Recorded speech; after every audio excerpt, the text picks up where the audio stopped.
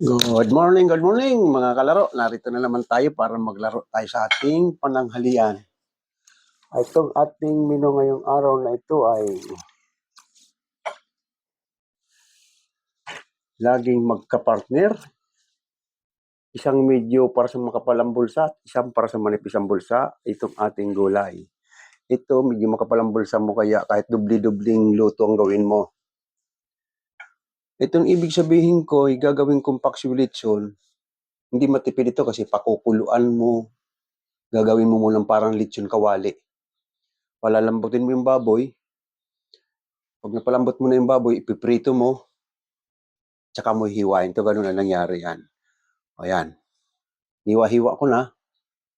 At gagawin natin ng paksiw lechon at lalahukan natin ng tukwa. Ayan. Kaya medyo magastos ito. At ito naman ang kanyang flavor niyan. Lalagyan natin ng sarsa ni Mang Tomas para maging paksiw lechon. Ang paksiw lechon natin, ang sangkap ay bawang, onions, pamintang dahon, at saka ito nga, at saka kaunting tuyo at kaunting suka. Ito may tuyo. Ito tayo, silver swords natin, soy sauce at kaunting suka, lato puti.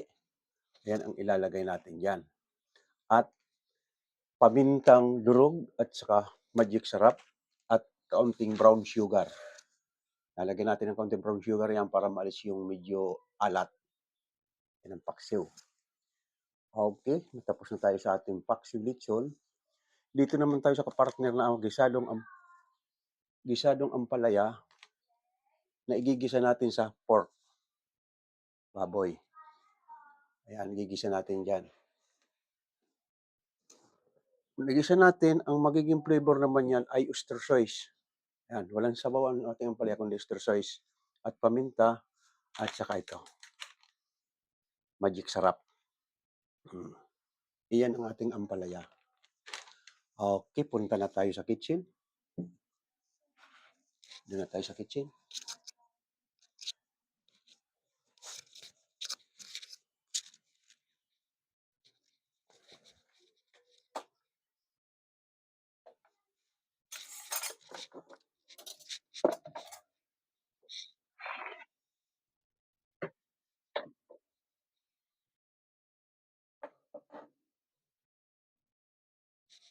Sindan na natin.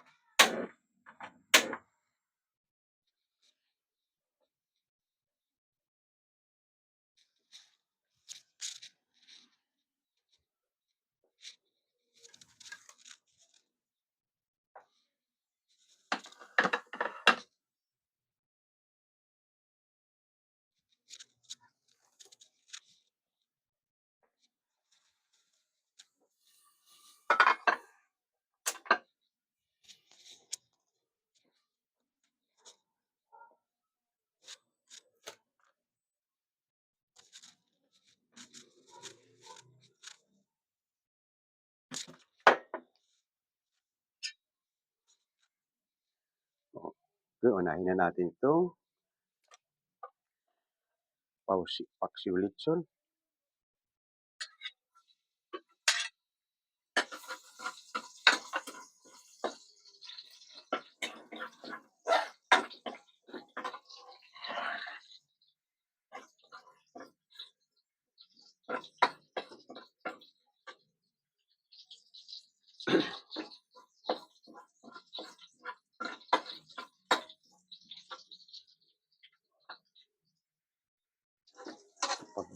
Pag-brown ng ating bawang, sunod natin itong ating sibuyas.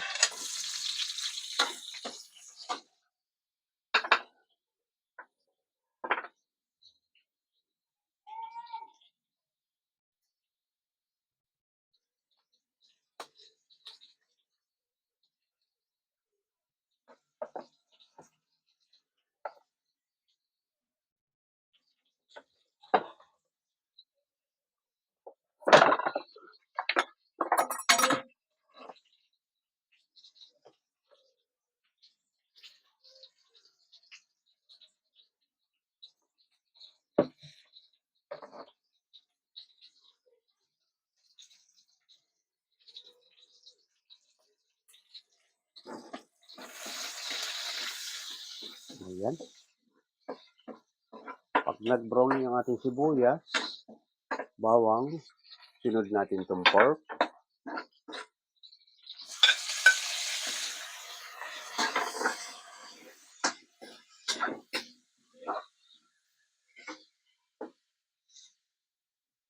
At isunod natin yung salsa.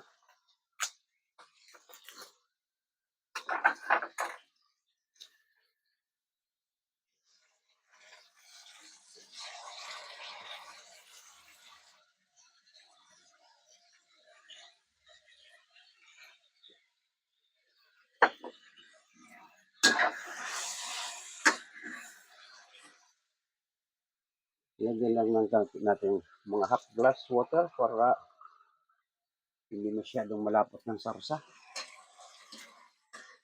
Ayan.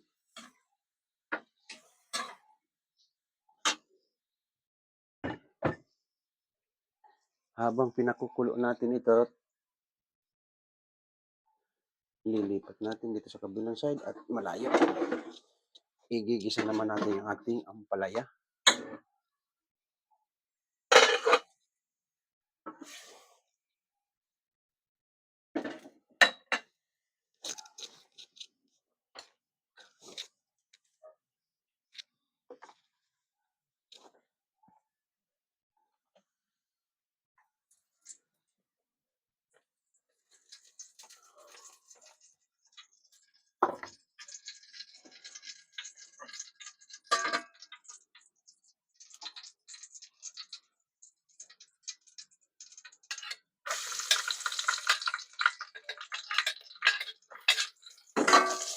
Yung pagsulit natin, importante itong laurel na dahon. Ilagay na natin.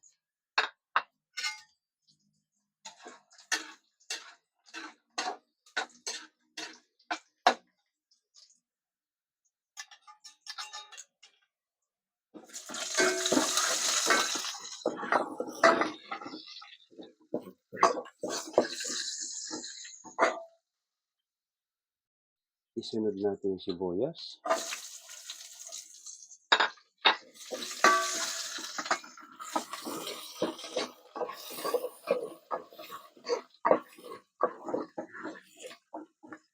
Ang tawag na dito sa ating ampalaya ay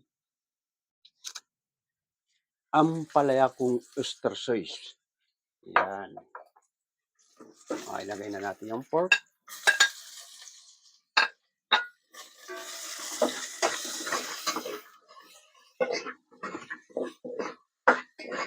Ito kasi luto na rin yung baboy. Pinakuluan ko na rin yung baboy. Kaya saglit lang ang pagluto ng ampalaya. Ilagay natin yung ampalaya. Hahaluin lang natin.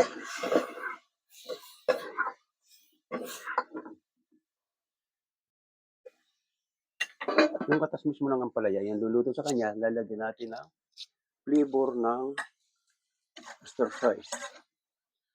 Yung ating paksiblitsyon,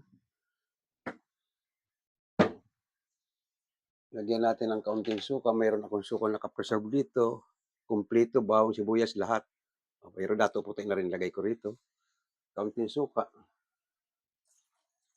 Once, isang kutsara lang para magkalasa ng vinegar at lalagyan natin ng brown sugar.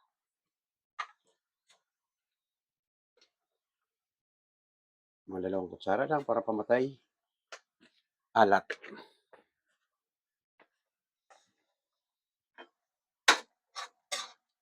Ayan. Yung sarsa malapot na.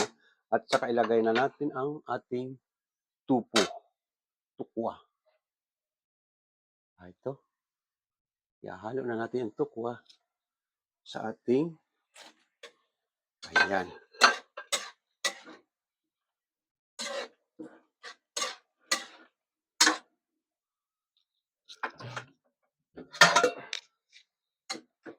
Parang natin. At lagyan natin itong ostracise.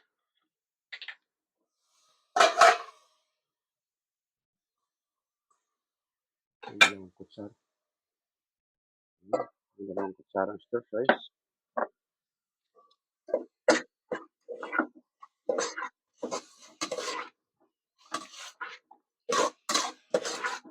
No water ha? No water. So, ganyan lang ang kalalabasan yan. Pamintang durog.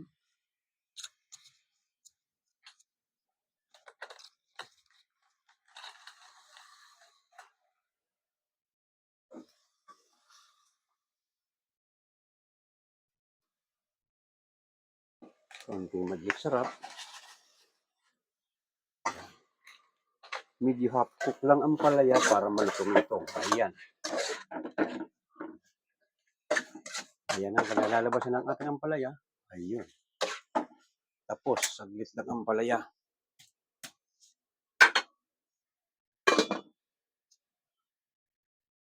Yung ating pakseleksyon. Ayan.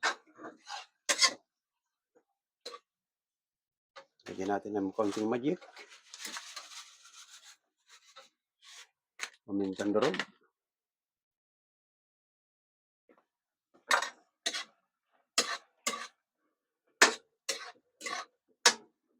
Tikman natin.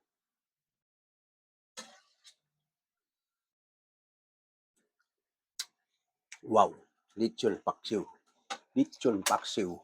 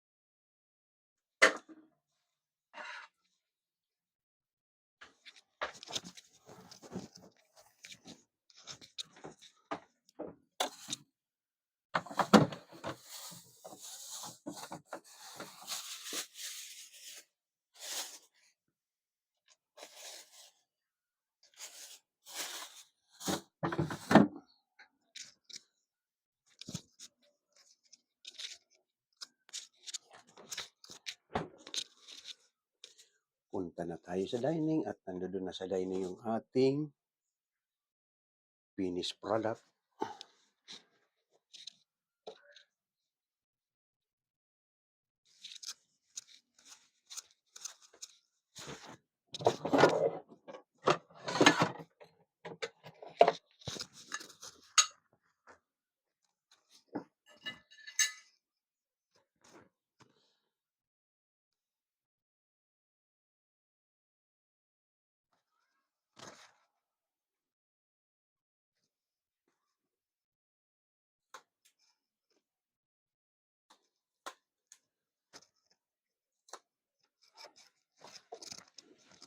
Ayan na yung ating finished product. Ito na.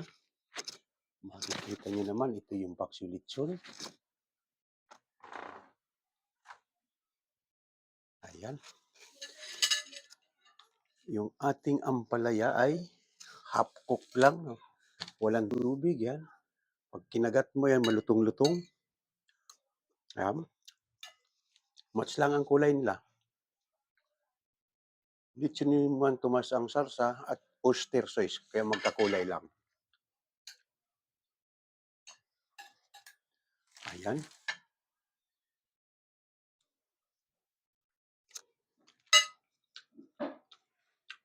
Lechon na lechon lasa.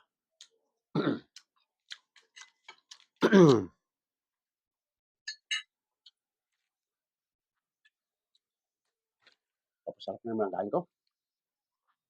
Okay, tapos na naman tayo ng isang araw ng ating cooking. Nagpapasalamat uli ako sa ating mga taga-subaybay dyan, lalo-lalo na yung interesadong matutong magluto. Step by step na lang, sundan natin ang ginawa ni Mang Leo at matututo rin kayo. Maraming salamat sa aking taga-subaybay. Pakipindot na lang ang subscribe button at like. Maraming salamat. Bukas ulit tayo.